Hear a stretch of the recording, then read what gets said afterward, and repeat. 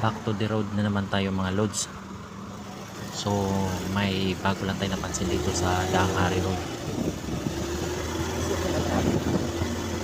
Ngayon kasalukuyan nating binabaybay itong kalsada papuntang Pasong Buaya. So itong area to pagka mga ganitong oras sobrang traffic na. Minsan mga hapon mahaba na talaga yung pila ng mga sasakyan. Pero sa ngayon mabigla talaga tayo kung sino magdumadaan dito. Tuloy-tuloy na yung daloy ng trapiko. Kasi may mga bagong strategy ginawa dito sa mga intersection bandang Pasong Buaya. So yung gitna ng kalsada na dinadaanan natin or intersection ay hinarangan na nila. So kung dati sobrang traffic dito, ngayon ay tuloy-tuloy na yung takbo natin. So ang U-turn stop nila ay doon na banda sa dulo.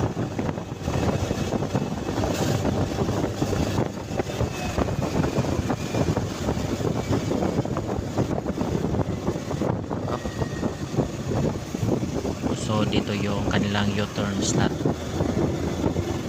So malaki talagang impact nito sa mga motorista dumadaan na parating nata-traffic, lalo na pag hapon or mga uwian na ng mga empleyado.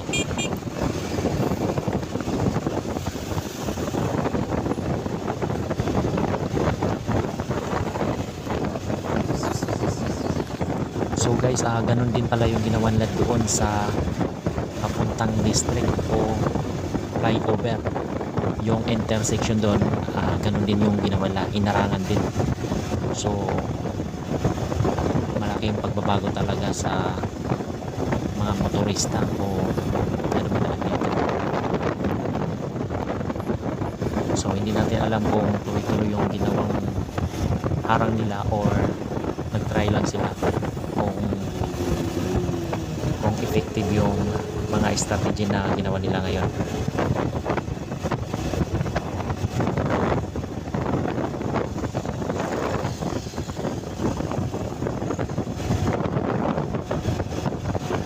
So may isa pa tayong napansin guys, yung mga pagwang rider dyan na parating madaan dito sa Daang Hari Road papuntang Imus.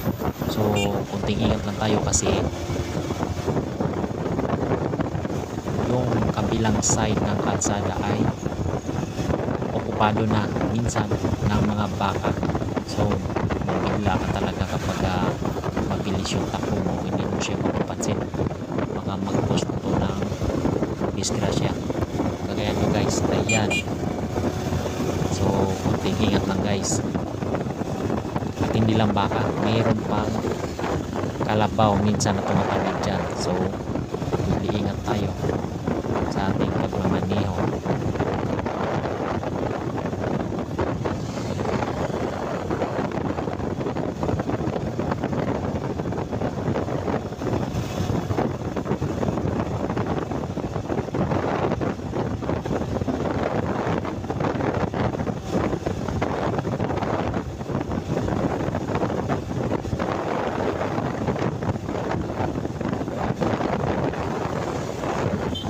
Guys, may nasilayan tayong tricycle na dumadaan dito, nasa expressway pa.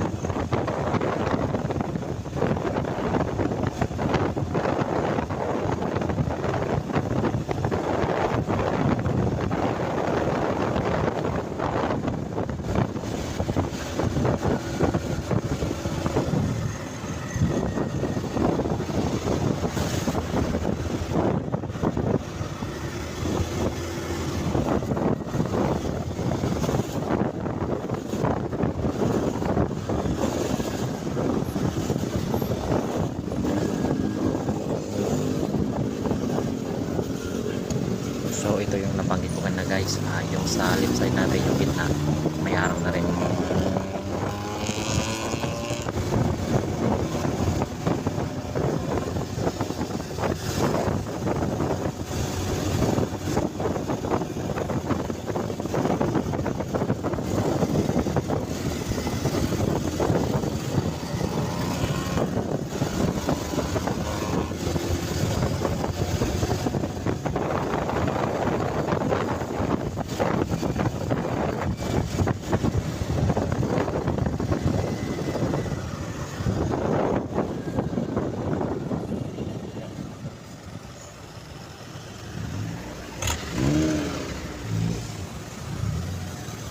So nandito na tayo guys sa open canal.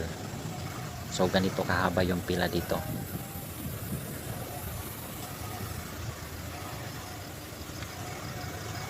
Kung bakit ganito kahaba yung pila, so aalamin natin doon sa dulo.